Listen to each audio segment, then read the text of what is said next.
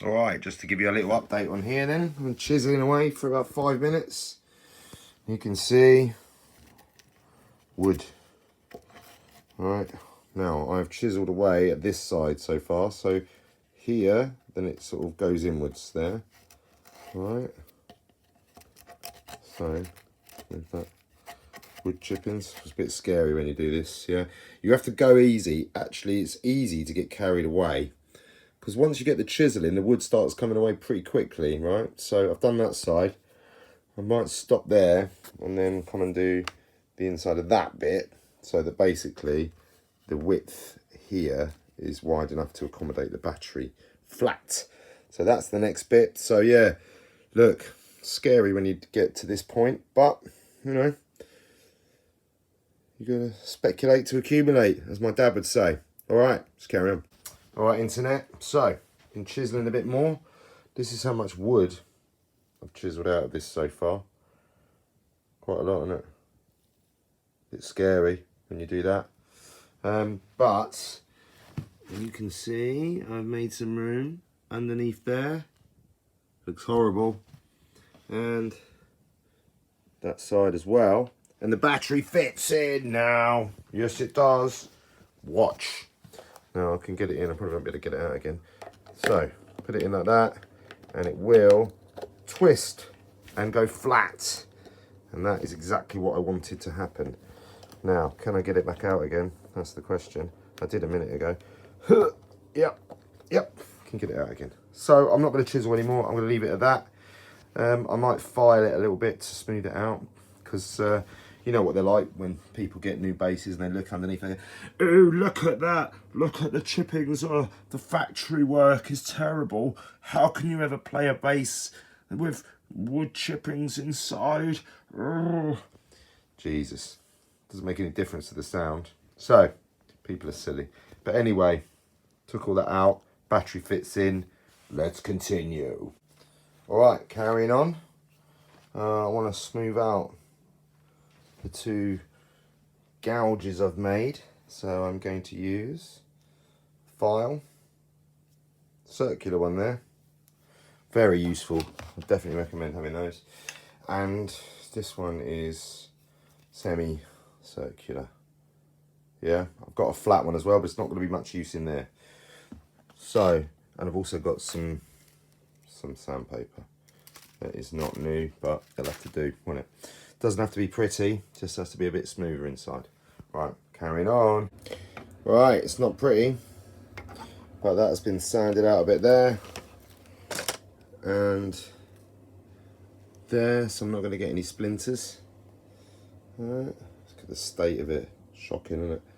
Doesn't matter. Look at my weight bench. Man, I've got to clean that. Okay, anyway, now we're going to hoover that out. Get all the crap out of there. Okay. Alright. It's the only time you'll ever see me using a hoover. But here goes. Ooh, that was good. Okay. Not really, I use a hoover all the time. See if this works. Oh yeah. Oh.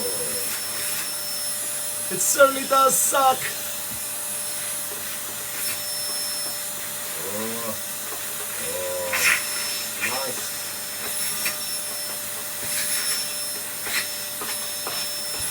My weight bench here.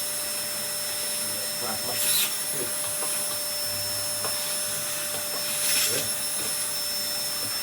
Yeah. Alright. Well, that was mission accomplished. So it's nice and clean. Well, just wipe it a bit with my hand. But it's all clean inside. There's the mega gouge on that bit. And on that bit. Yeah, and once again, battery, which is here. It's quite awkward holding all this, but anyway. Yeah, so the battery will fit flat. Ta-da! Yep. So that's good news. Oh, if I can get it out. Probably not. Again. There we go. Yeah. So, can change battery. Good. By the way, for anyone worrying about, no, I can't have battery access, I'm not going to be able to change my battery. These last like 3 years in there. Yeah, as long as you don't leave the base plugged in 24 hours a day. As soon as you unplug it, it's not using any power. And these last ages, all right? And when they go, well, I mean, you know, just change them every year or so. They only cost £5 or something, all right? You don't have to worry about it. If you can't take 1, 2, 3, 4, 5, 6, 7, 8 screws out and lift the control plate up to change the battery, then I don't know what you're doing. All right, I'm just waiting to speak to the guy. I mean, I don't really need to. I could probably do it, but his instructions didn't mention about a battery, a pickup that has 2 hots coming out of it rather than just one, because the Music Man pickup is like 2 pickups. It's a humbucker, you know, so it's got a hot output for each magnet, or each coil, I should say. So I think I just connect them all together to the hot input on this. The other question I had was the ground. He said the ground from the bridge, yeah, so underneath the bridge on the bass, any guitar, there's a wire, goes through into the control cavity, right? That, you need to ground it. Otherwise your instrument's live, you could get electrocuted. You don't want that, you know, like the guy from the Rolling Stones, their first guitar player, whatever his name is, Brian something, Robson, Johnson, don't know, Brian Johnson, he's AC/DC. Anyway, so the trouble is, he said solder it to the middle lug. Now that's the middle lug, and it's covered in plasticky flux, or I don't know what it is, but I don't really want to go peeling that off, because, you know, I don't want to mess with that connection. Now normally you should be able to ground to the body of any pot, yeah, just to the back. That's earth, right? So I just need to check with him that I can do that. It's not going to do anything weird on this particular preamp. It shouldn't do, so I might just do it anyway if I can't get hold of him. And then the other question was about, yeah, how to connect the pickup specifically. But I might just do it and see if it works. See you in a bit. Right, here we are. So it's nearly done.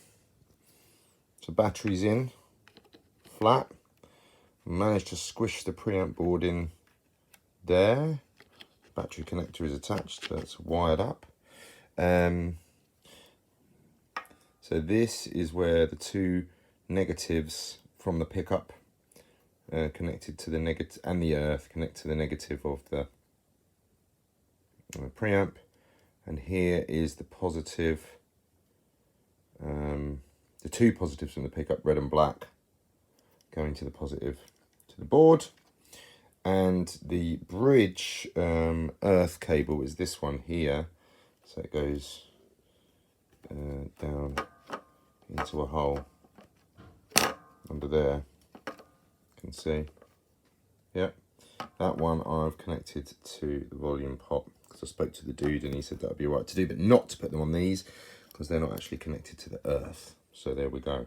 So it's wired up, so now it's a case of jamming all the wiring back inside there and screwing it down.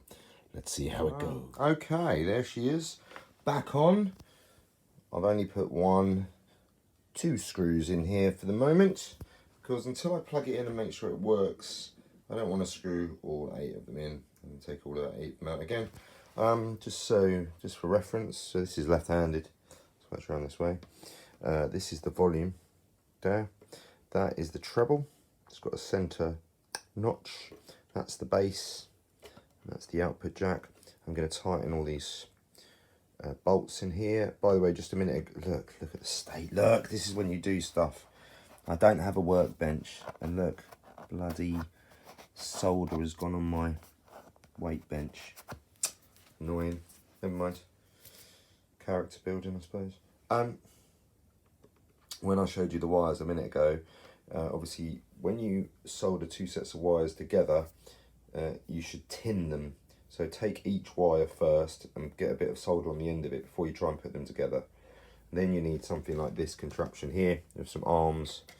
Okay, you can grab the wires on each side, bring them close together, and then basically you heat the joint from beneath with the soldering iron, and you let the solder dribble onto it from the top. But once each side has been tinned already, that process is a lot easier. Even though I managed to still burn my finger, can you see it's a bit shiny? Burn my finger on the soldering iron because they are very hot, and I'm stupid. I'm doing this in quite a dark environment. Anyway, so that's that. Now to see if it works.